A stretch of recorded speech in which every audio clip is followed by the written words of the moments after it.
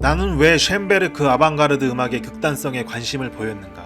바로 나의 몽골 유전자 때문이다. 몽골. 선사시대의 우랄 알타이족의 사냥꾼들은 말을 타고 시베리아에서 페루, 한국, 네팔, 라플란드까지 세계를 누비고 다녔다. 그들은 멀리 여행을 떠나 새로운 지평을 바라보았다. 그들은 언제나 더 먼 곳을 보러 떠나야만 했다. 텔레비전, 그리스어로 멀리 보다라는 뜻이다.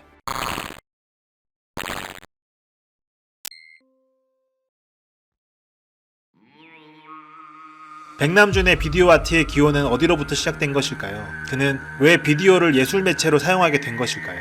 오늘은 백남준의 예술, 그 깊고 놀라운 세계를 탐험해 보겠습니다.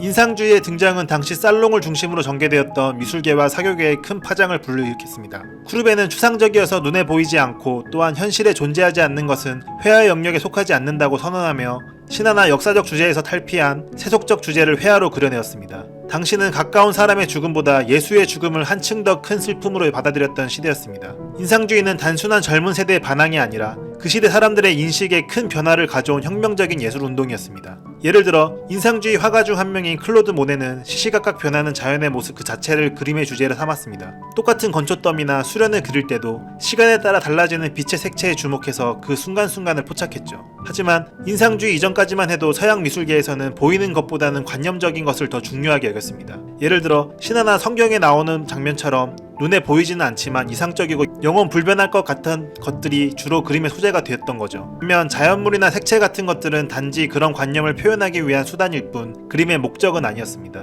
그런데 인상주의 화가들은 눈에 보이는 것, 사물 그 자체와 빛과 색채의 변화무쌍함에 주목하기 시작합니다. 일상적인 것들도 얼마든지 그림의 소재가 될 수 있다는 인식의 전환이 일어난 것이죠. 이제 관념적 깊이가 아니라 표면의 효과가 중요해진 시대가 도래한 것입니다. 인상주의가 관념의 깊이에서 물질의 표면으로 인식의 전환을 일으켰다고 말씀드렸습니다. 이는 메시지의 의미뿐만 아니라 메시지 그 자체와 표현 방식에 주목하기 시작한 것이죠. 즉, 관심이 생각에서 물질로 이동하게 된 것입니다. 쉽게 말해 우리가 누군가에게 사과를 설명하기 위해 언어로서 장황하게 설명하기보다는 즉각적으로 상대방이 알아차릴 수 있게 사과를 보여준다거나 향을 맡게 한다는 식의 소통을 의미합니다. 언어적 표현이 아니라 감각적 표현으로 소통을 시작했다는 말입니다. 원격 통신은 상징 체계가 아닌 소리 체계를 직접 사용하기 시작한 때부터 급속도로 발전하기 시작합니다. 특히 전기의 발명은 이러한 원격 통신 발전에 박차를 가했죠. 1852년 뉴욕의 한 일간지는 전기를 지구 끝까지 달려갈 수 있는 안전하고 신속한 전령이라고 표현했습니다. 여기서 전령이라는 표현이 재밌는데요. 미디어의 본질을 꽤나 정확히 짚은 표현이라 할 수 있겠습니다. 전신, 텔레그래프의 경우 전달 속도는 비약적으로 빨라졌지만 여전히 글자라는 중간 매개가 필요했습니다. 메시지를 전달하기 위해 글자를 전기신호로 변환하고 수신자는 다시 그 전기신호를 글자로 해독하는 번거로운 과정을 거쳐야만 했습니다. 이 과정에서 관념적 상징 체계인 글자가 여전히 의사소통에서 중요한 역할을 담당했던 것이죠. 반면 전화, 텔레폰은 음성을 전기신호로 직접 변환하고 전송하여 수신자는 그 전기신호를 다시 음성으로 재생하여 들을 수 있습니다. 이는 글자라는 관념적 상징 체계를 거치지 않고도 의사소통이 가능해진 것을 의미합니다. 전화는 물질이 음성 그 자체가 메시지를 전달하는 수단이 되었기에 물질이 관념의 보조가 아닌 그 자체로 중요한 의미를 갖게 된 사건이라고 볼 수 있습니다. 즉, 전화의 등장 역시 인상주의의 사례에서 보았듯이 관념적 상징 체계에서 물질로 소통의 방식이 전환되었음을 보여줍니다. 인상주의를 보통 1863년에서 1890년 사이로 보는데 1876년 전화의 발명이 되었다는 사실은 이 시기 인식과 소통 방식에 있어 엄청난 대전환이 일어나고 있음을 조심스럽게 추측해 볼 수 있게 합니다. 전화 텔레폰의 발명 이후 등장한 원격 소통 방식은 바로 시각 정보를 직접적으로 전달하는 텔레비전으로 이어집니다. 텔레비전은 전기 신호를 시각 신호로 변환하는 원격 통신의 극단적인 기술 형태입니다. 필름을 사용하는 사진과 영화와는 달리 텔레비전에서는 신호의 끊임없는 변환 과정이 필요합니다. 백남준 선생은 새로운 매체의 발전에 있어 질적인 측면보다 양적인 측면이 우선시되는 경향이 있다고 주장했습니다. 바로 전달되는 정보의 양이 비약적으로 증대한 것이죠. 기존의 모스부호가 초당 2비트 값의 정보만을 전달했다면 텔레비전은 1200만 픽셀의 값들을 초당 전송할 수 있는 수준에 이르게 된 것이죠. 실로 정보 전달의 홍수의 시대에 접어들게 된 것입니다. 한편 백남준 선생은 텔레비전의 의미를 새롭게 해석했습니다. 텔레비전, 즉 멀리 보다라는 의미로 해석하였고 이를 몽골 문명과 연관지었습니다. 몽골의 광활한 초원에서는 멀리 보는 능력이 생존에 필수적이었고 몽골인들의 이동수단이었던 말은 정보 전달과 이동수단을 겸한 매개체였습니다. 백남준은 한때 몽골이 세계를 지배할 수 있었던 배경에 바로 이러한 멀리 보는 탁월한 능력과 정보 전달 매개체를 잘 활용했기 때문이라고 보았던 것입니다. 즉, 커뮤니케이션 기술의 발전과 문명의 발전 사이의 관계에 주목한 것이었습니다.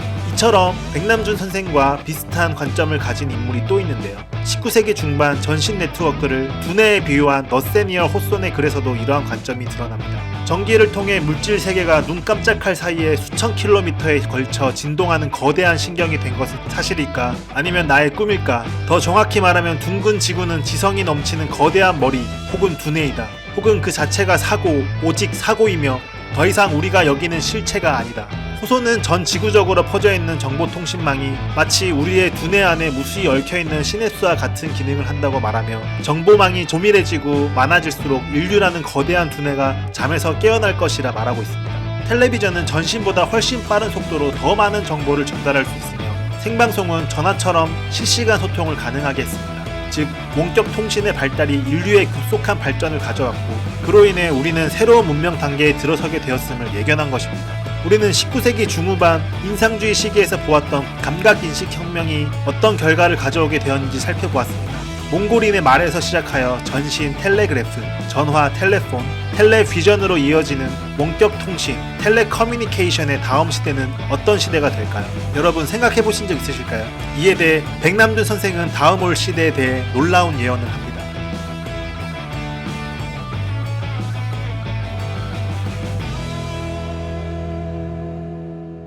원격 소통의 역사를 살펴보면 상징적이고 관념적인 형태 중심에서 보다 감각적이고 물질적인 것으로 전개되었던 것을 알 수 있습니다. 오늘의 정보과학과 뇌과학의 발전은 인간 정신이 물질에 기반하고 있음을 밝혀내었습니다. 또한 뇌가 전류를 통해 정보를 전달하고 저장한다는 사실을 발견했습니다. 그래서 어떤 이들은 그 전류를 이용해 뇌와 뇌를 잇는 가장 직접적인 소통의 시대도 도래할 것이라 얘기합니다. 즉, 상징을 거치지 않은 소통의 시대를 말하고 있는 것입니다. 바로 텔레파시의 시대입니다. 놀랍지 않으신가요?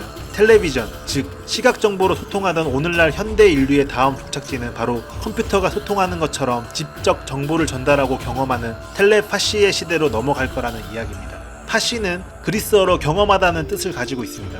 즉, 우리는 멀리 보는 것을 넘어 멀리 경험하는 시대에 살게 될 것이라는 충격적인 이야기입니다. 그러나 이것은 원격 통신, 인류가 나타나고 지구상에서 지속되어 왔던 커뮤니케이션의 역사를 살펴본다면 이상하지만은 않은 일입니다. 이러한 첨단의 발상은 오히려 오래된 것일지도 모릅니다. 인류는 오랫동안 상징 없는 소통을 알게 모르게 어쩌면 망각한 채 추종해왔습니다. 텔레파시는 바로 심령력, 즉 샤먼적 소통 방식입니다. 자연과 영혼 존재와 교감하며 소통한 샤먼은 고대 사회에서 매우 특별한 위치를 차지하고 있었습니다. 그들은 상대의 마음을 꿰뚫어보고 상대를 느끼고 문제가 있는지를 간파해내며 상대의 고통을 치유하는 나름의 해법을 가지고 있었습니다. 또한 그들은 예지력을 갖고 개인과 집단의 길흉화복을 점치기도 했죠. 아주 오래전 재정이 일치된 사회에서 샤먼은 영적 지도자이자 실질적인 통치권자였죠.